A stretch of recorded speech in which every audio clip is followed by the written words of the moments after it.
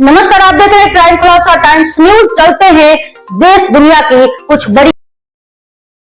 उन्नाव लखनऊ मोहान मार्ग पर एक पति पर अपनी पत्नी की हत्या का आरोप लगा है। उन्नाव जिले के आसिवन थाना क्षेत्र के अच्छेपुर किरमिली गांव निवासी पूजा 20 वर्ष की मौत ट्रक के नीचे आने से हो गई।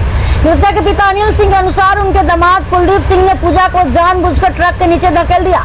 घटना के समय कुलदीप अपनी पत्नी पूजा को उसके मायके से ले जा रहा था। पूजा की बहन रोली ने माता पिता की अनुपस्थिति में उन्हें रोकने का प्रयास किया, लेकिन कुलदीप हसनगंज जाने का बहाना बनाकर पूजा को ले गया। घटनास्थल पर पहुंची पारा थाना पुलिस ने मामले की जांच की। स्थानीय लोगों ने पुलिस को बताया कि दामाद ने पत्नी को ट्रक के नीचे धकेल दिया। मृतका के पिता का कहना है कि घटना में न तो दामाद को कोई चोट आई और न ही उसकी बाइक को कोई नुकसान हुआ। परिवार कई महीनों से न्याय की गुहार लगा रहा है। मृतका के पिता ने मुख्यमंत्री योगी आदित्यनाथ, पारा थाना लखनऊ, हसनगंज थाना और एसपी उन्नाव से न्याय की मांग की है। उनका कहना है कि जिस तरह उनकी बेटी की जान ली गई है, उसी तरह दोषी को सजा मिलनी चाहिए। ब्यूरो रिपोर्ट, क्राइम खुलासा टाइम्स।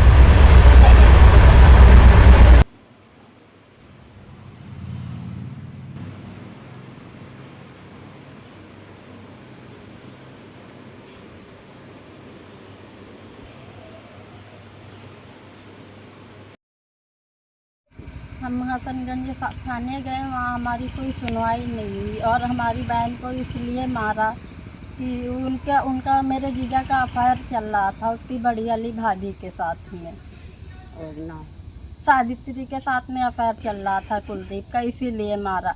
और उसके 2 दिन पहले दीदी और जीजा का झगड़ा हुआ। दीदी हमारे ही घर पे थी। झगड़ा हुआ तो मैंने जीजा से बोला कि जो आपकी भाभी हैं सावित्री सिंह, इन्होंने मेरे मामा के यहाँ बोला है कि तुम्हारी भांजी को हम रहने नहीं देंगे। जब जीजा को हमारे पता चला कि हमारे अफेयर के बारे में इन लोग को पता चल गया है, इसीलिए शायद मेरी बहन की जान ले ली। हमें इंसाफ।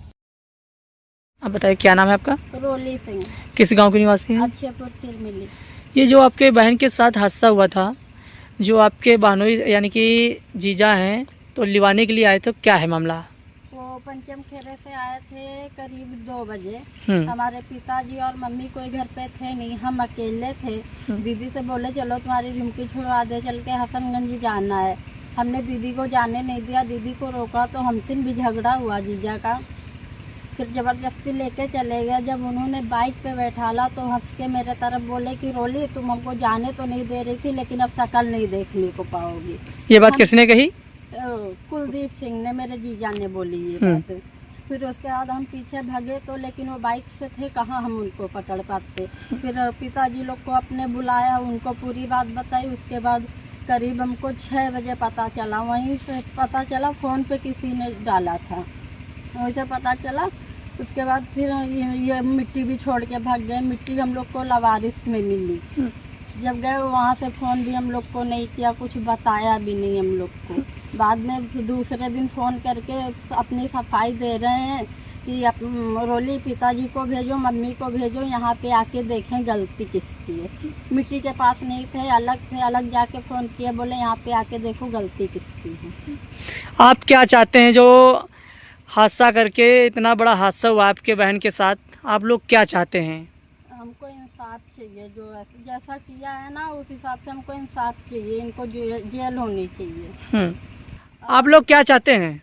हम गए पारा थाने, कंप्लेन लेके गए। वहाँ पे कंप्लेन हमारे पिताजी से लेके पढ़ के फेंक दी उनके ऊपर। बोले अगर तुम ज़्यादा बोलोगे तो तुमको भी अंदर कर देंगे, तुम्हारी कंप्लेन नहीं लेंगे। उसके बाद हसनगंज गए, कंप्लेन देने गए। कंप्लेन तो पहले बोले नहीं लेंगे, फिर ले लिया, कंप्लेन ले लिया। उसके बाद बोल रहे थे कि यहाँ पे कुछ नहीं होगा। हसनगंज में पारा थाने में कुलदीप सिंह ने पैसे भर दिए हैं। आप लोग जानकारी के अनुसार मिला कि आप लोग कई चक्कर लगा चुके हैं, लेकिन कोई भी सुनवाई नहीं हो रही है। हम लोग को जब से पता चला है तब से इधर ही उधर दौड़ रहे हैं, पर जहाँ पे जाते हैं हम लोग को यही जवाब मिलता है कि अब कुछ नहीं होगा तुम्हारा लोग का। जो होना था उनके पक्ष में हो गया है। बहन हमारी गई है, हमको इंसाफ चाहिए। हम माननीय योगी जी से बस इतना ही चाहते हैं कि हमको इंसाफ चाहिए और उनके घर पे जेसीबी चलवाएं। अब मिलते हैं अगली खबर के साथ, तब तक बने रहें हमारे साथ।